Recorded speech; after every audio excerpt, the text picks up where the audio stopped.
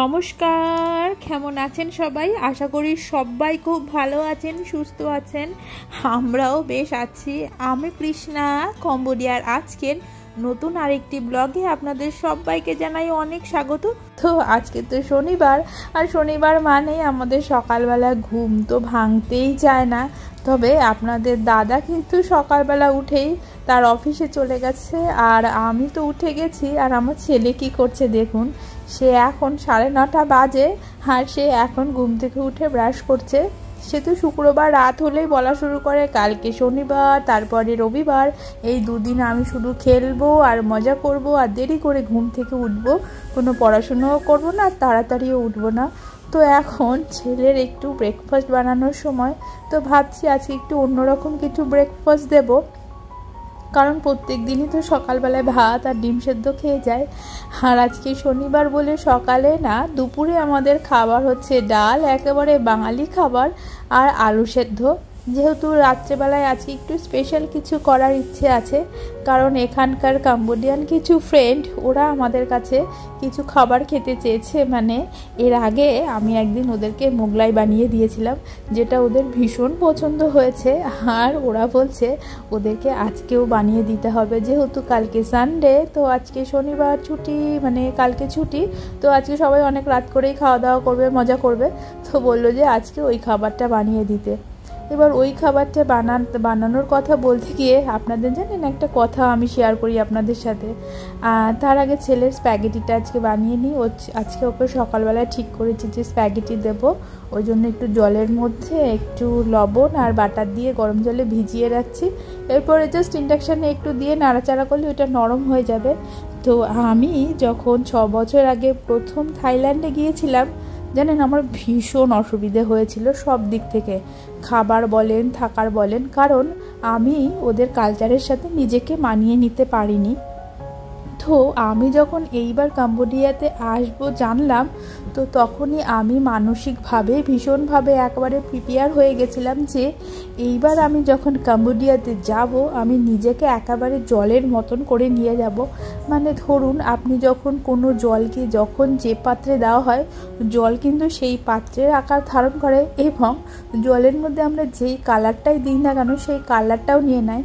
তো আমি ঠিক করলাম এইবার আমি নিজেকে এতটাই সহজ বানিয়ে ফেলবো যে আমি ওখানে গিয়ে যাতে আমার কোনো সমস্যাই না হয়, আমি ওদের সাথে মেশার চেষ্টা করব, ওদের খাবারগুলোকে খাওয়ার চেষ্টা করব, কারণ প্রত্যেকটা দেশের খাবার হোক আর পরিবেশ হোক সবটাই আলাদা হয়।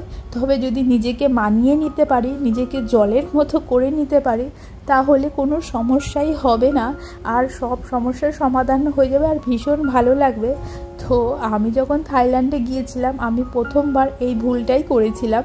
আমি পারিনি নিজেকে ওদের সাথে মেলাতে, আর আমি অসুস্থ হয়ে গেছিলাম, কারণ না আমি ওদের কোনো খাবার খেতে পেরেছি, আমার যেটাই খেতাম গন্ধ লাগতো। তারপরে আমার সমস্যা হচ্ছিল যে বিদেশে আছি। তো এইবার আমি ঠিক করেছি যেহেতু ছোট বাচ্চা নিয়ে আসব, যাতে না আমার ছেলের কোনো সমস্যা হয় না আমার, কারণ আমাকে দেখে আমার ছেলে শিখবে। তো আমি যদি সহজভাবে ওদের খাবার হোক, পরিবেশ হোক, সবটা নিতে পারি মেনে, তাহলে আমার ছেলেরও সুবিধা হবে আর আমারও। বিশ্বাস করুন, কোথা থেকে যে এই 2 মাস কেটে গেল আমি বুঝতেই পারিনি। আমি ভীষণ ভালোভাবে মানিয়ে নিতে পেরেছি। আর এইবার ওদের খাবারগুলো কেন যেন অদ্ভুতভাবে আমার ভীষণ টেস্ট লাগছে, কারণ আমি মেন্টালি ভীষণভাবে প্রিপেয়ার ছিলাম যে এইবার আমি আর ওইটা করব না, তাহলে আমি শারীরিকভাবেও ভীষণ ভালো থাকবো। আর বিলিভ মি, আমি শারীরিকভাবেও ভীষণ ভালো আছি, মানে সব দিক থেকে। তো বিদেশে আসলে মানে ওই একটা কথাই যে নিজেকে জলের মতো করে নিতে হবে, যাতে করে ওদের পরিবেশ আর ওদের কালচারটাকে একটু মানিয়ে নেওয়া যায়, তাহলে ওরা এত আপন করে নেবে আপনাকে, আপনি ভাবতেও পারবেন না। যেমন দেশের প্রত্যেকটা মানুষ যাদের সাথে আমার পরিচয় হয়েছে, ওরা এত ভালোভাবে আমাকে আপন করে নিয়েছে, মনেই হয় না যে আমি দূরে রয়েছি, মনে হয় যেন আমি বাড়িতেই রয়েছি। আমি বাড়ির লোককে মিস করি, তবে অতটাও করি না, কারণ এদের ভালোবাসা এতটাই, মানে যাই মানে কোনো সমস্যা হলে তো একবারে দৌড়ে আসবে। তারপরে খাওয়া দাওয়া বলেন, ধরুন আমাদের কোনো খাবার ভালো লাগলে সেটা বলবে আর একবার বানিয়ে দিতে, এবং ওরা যাই বানাবে চেষ্টা করবে আমাদের দেওয়ার বা আমাদের সাথে মিলে থাকার। তো আমি নিজেকে সরলটা করতে পেরেছি বলে হয়তো আজকে আমি ভীষণ ভালো আছি। আর এখন আমি রান্না করব হচ্ছে দুপুরে, ওই যে ডাল তো সেদ্ধ হয়ে গেছে, এবার ডালের মধ্যে একটু সবজি আর কাজু বাদাম দেবো, কারণ কাজু বাদামটা আমার ছেলের ভীষণ পছন্দ।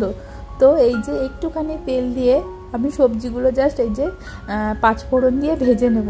জানেন আদাটা আমি আগে দিই না, দিলে এত ছেটাছেটি করে, আদা তো একটুও থাকেই না পাত্রে, সব বাইরের দিকেই চলে আসে। ওই জন্য আগে সবজিটা দিয়ে নেব। আর আদা যদি অনেক আগে দিয়ে ফেলি তাহলে সবজিটা ভাজা হতে হতে আদার ফ্লেভারটাই পুরো চলে যায়। ওই জন্য ঠিক করেছি যে আমি আদা আগে দেব না, আগে সবজিটা একটু ভাজা ভাজা হয়ে যাক, তারপরে আদা দেব, তাহলে ছিটবেও না, আর আদার যে একটা সুন্দর ফ্লেভার থাকে সেইটাও আর কি বর্তমান থাকবে। তো ওই জন্য আমি এই যে সবজিটা একটু ভাজা ভাজা হয়ে গেছে, সেদ্ধও হয়ে গেছে, এইবার আমি আদাটা দেব। এই ভেজ ডালটা আমরা বেশিরভাগ দিন শনিবার হলেই খাই, কারণ সপ্তাহে একদিন একটা বেলা আমরা চাই যে নিরামিষ খাই, তাহলে বেশ ভালো লাগে। আবার বিকেলবেলা তো আবার একটু খাওয়াই হয়ে যায় ভাজা পুরি, কারণ সানডে ছুটি, তো শনিবার দিন সবাই একটু বেলা করেই ঘুমোয়, কোনো চিন্তা থাকে না যে সকালবেলায় স্কুলে যেতে হবে বা ওর বাবার সকালে অফিস আছে।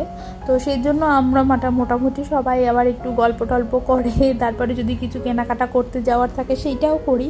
সানডেতে তো এমনি মার্কেটে যাই, তো মানে শনিবার দিনও আমাদের সব বন্ধুদের সাথে বসে গল্প গুজব হয়, ওই জন্য একটু দেরি হয়ে যায়। আর এই যে হয়ে গেছে আমার ডাল। আর এই দেখুন এই মানি প্ল্যান্টটা না ভীষণ তাড়াতাড়ি আমার মনে হচ্ছে বড় হয়েছে। এই 2 দিন আগে এনে জাস্ট বসালাম, কেমন যেন মাথার থেকে আবার একটা কচি কচি পাতা বেরিয়েছে। আর এই দুটোর কালার দুটো আবার দেখলাম একটু ডিপ হয়েছে, আর ওইটা আবার একটু লাইট। আর এই যে আমার খুব পছন্দের একটা খাবার হচ্ছে এই যে আলু সেদ্ধ বা আলু ভর্তা। আপনাদের কার কার এইরকম ডালের সাথে আলু ভর্তা ভালো লাগে অবশ্যই কমেন্টে জানাবেন। আর এখন আমি না একটুখানি পাহাড় দেখব, আর পাহাড় দেখতে দেখতে আপনাদের বলে রাখি, আপনাদের যদি এই ভিডিওগুলো ভালো লাগে তাহলে অবশ্যই কমেন্ট করবেন। আর যারা ফেসবুক পেজ থেকে দেখছেন তারা অবশ্যই পেজটাকে ফলো করে রাখতে পারেন। আর জানেন পাহাড় দেখতে দেখতে আমার একটা গান ভীষণ ভালো লাগে, যেই গানটা আমি না মাঝে মাঝে গুনগুন করি, আমার ভীষণ ভালো লাগে। গানটা কি জানেন? পৃথিবী অনেক বড়, ইচ্ছে হলে যাব উড়ে, বাতাসে মাখবো রোদ, ইচ্ছে হলে যাব পুড়ে, আকাশ গাইবে গান নীলে নীলে সুরে সুরে, চলো যাই বহু দূরে, ডানা মেলে ওই নীলে, চীনা সীমা ছেড়ে। জানি আমি ভীষণ বাজে গাই, তবে এই পাহাড়টা দেখলে কেন জানি না এই গানটাই আমার গাইতে ইচ্ছে করে। তো আজকের ভিডিওটা আমি এখানেই রাখি, আবার আসবো নতুন একটা ভিডিও নিয়ে। আপনারা সবাই খুব ভালো থাকবেন, সুস্থ থাকবেন।